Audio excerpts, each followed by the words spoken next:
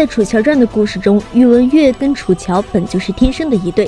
那么你知道二人的婚礼是如何进行的吗？我们话接上回，聊聊宇文悦跟楚乔的大婚。在经过了宇文家的族人不断的登门造访后，楚乔终于迎来了他的婚礼。再过7日，楚乔就可以穿上凤冠霞帔，坐上8抬大轿，进入宇文家的大门。而这几日所制定的嫁妆和送来的聘礼也堆满了整个院子，这也让楚乔稍微多了一些的兴致，带着梅香等几位小姑娘不停翻看一些小礼物。而2日之后，宇文悦也回到了大魏京都，开始忙碌起了自己的婚事。2人相见还要5日之后的大婚开始才行。这段时间，楚乔也只能在府中。又经过了5日之后，楚乔终于迎来了自己的大婚之日。大梁的礼官和护卫此时也来到了大魏的京都，开始完全按照公主出嫁的礼仪进行操办。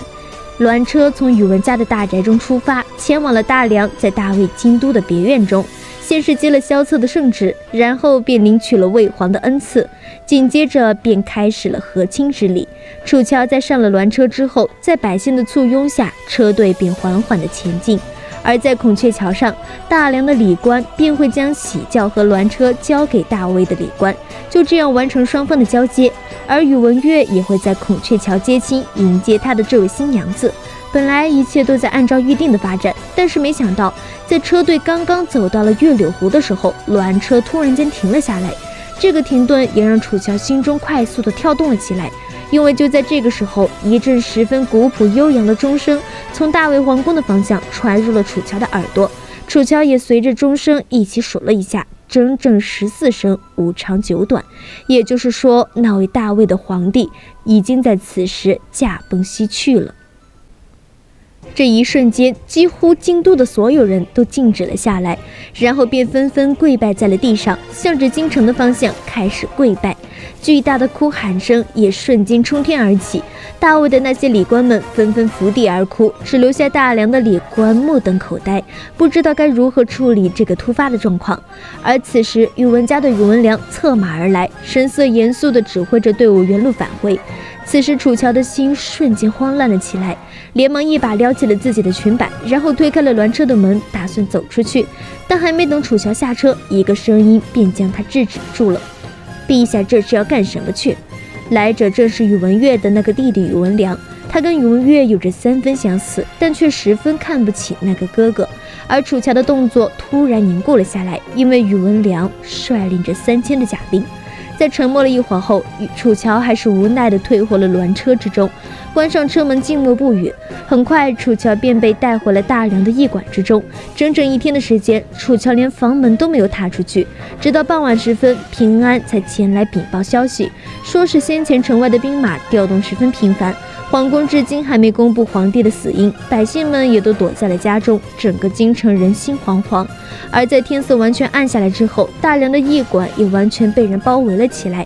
平安和多吉2人再无法继续出去探听消息了。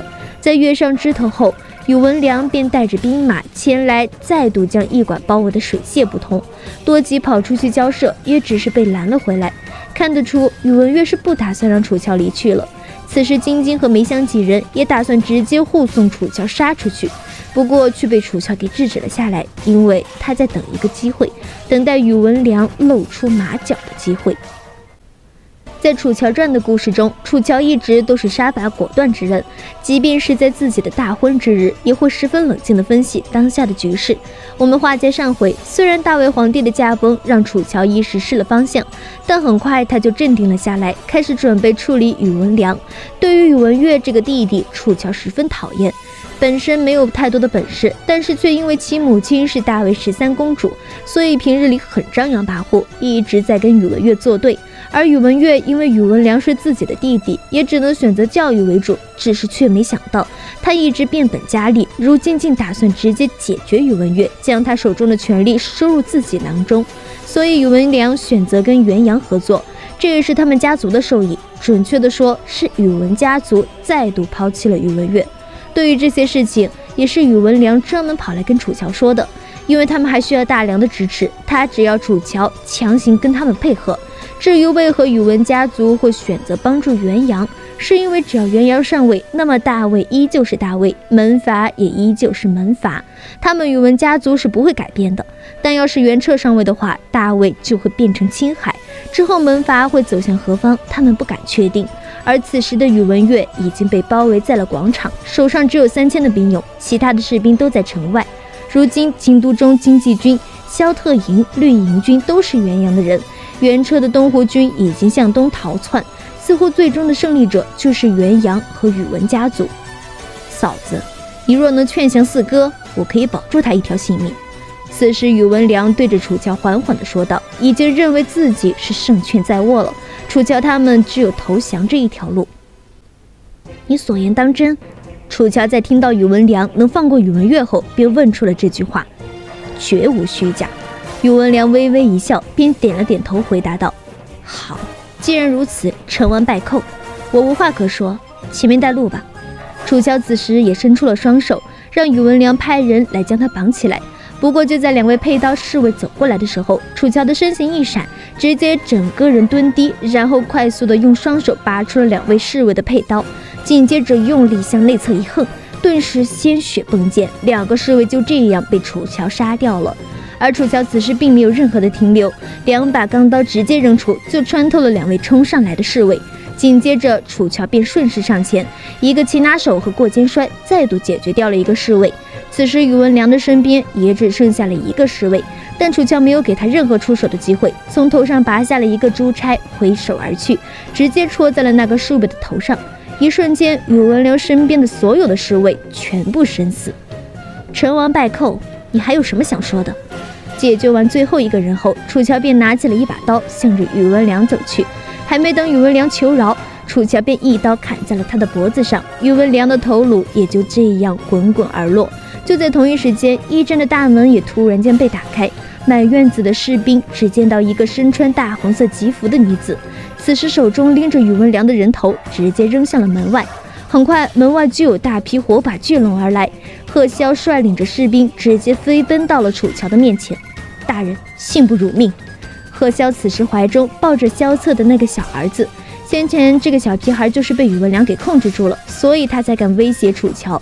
此时的楚乔也丝毫没有了后顾之忧，手中长刀一甩，冰冷的方向便指着北方说道，去打萧齐营把守的北城门。在楚乔传2中，楚乔的大婚之日上，老皇帝突然驾崩，整个皇城陷入了一片混乱，各方人马涌动，为了高高在上的皇权，所有的人都在奋战。而楚乔在脱困之后，并未第一时间选择去救宇文悦，这其中也是有他们夫妻间的一种默契，而这种默契外人是不会懂的。我们话接上回，在听到了楚乔的话后，贺萧微微一愣，连忙问道，不去救宇文少爷吗？听到这个问题后，楚乔微微一笑地回答道，他会来跟我们会合的。说完，楚乔便直接策马而出，贺萧见状立刻带着人马跟了上去。此时的北城门处，萧齐营的守军足足有着4万之多，而且人人铠甲齐全。而当初萧齐营原本是由袁彻统帅，如今却彻底成为了元阳的亲兵，跟随元阳南征北讨，忠心程度不下于楚乔的秀丽军。现在的萧齐营面临着城楼之下不足1000人的队伍，他们根本没有将对方放在眼中，尤其是北城门还有大量的防守工具，而这不足1000人的队伍正是楚乔带过来的。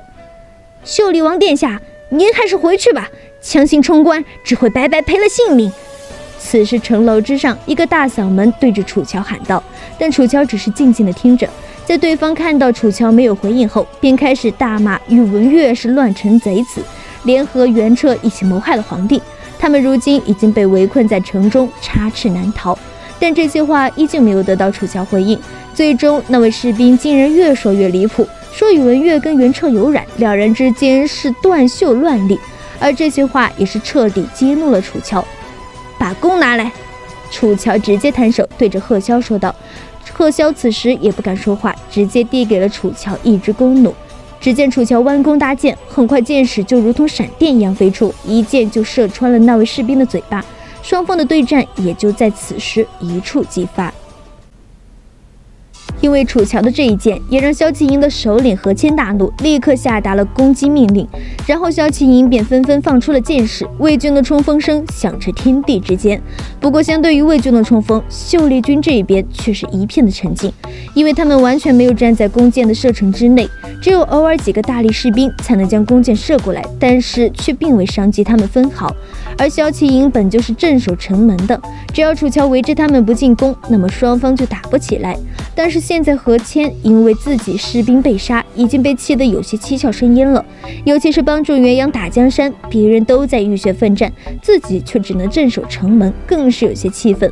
好不容易来了一波敌人，自然是要好好出出风头。而恰巧在此时，楚乔派了一个骑兵手持盾牌，跑到了城池之下，高喊问何谦肯不肯投降。如果继续执迷不悟，那么就会消灭他们。这番话更是让何谦被气得不轻。他4万大军如何能被对方1000人给消灭了？即便是听闻楚乔兵法出神入化，往往能以少胜多，但那也是在楚乔军队作为守城的一方。而现在他带着1000骑兵来攻打城门，简直是痴心妄想。而就在何谦咆哮着准备下令进攻的时候，一个明黄色的烟花突然在东方的天空升起。楚乔看到这个烟花后，很平静地对着贺萧说道：“时机到了，打开城门吧。”这句话道上平安被吓得不轻，以为楚乔不会是真打算，以为这1000人去攻城吧。但贺萧却很正经地问道：“是否将对方全部消灭？”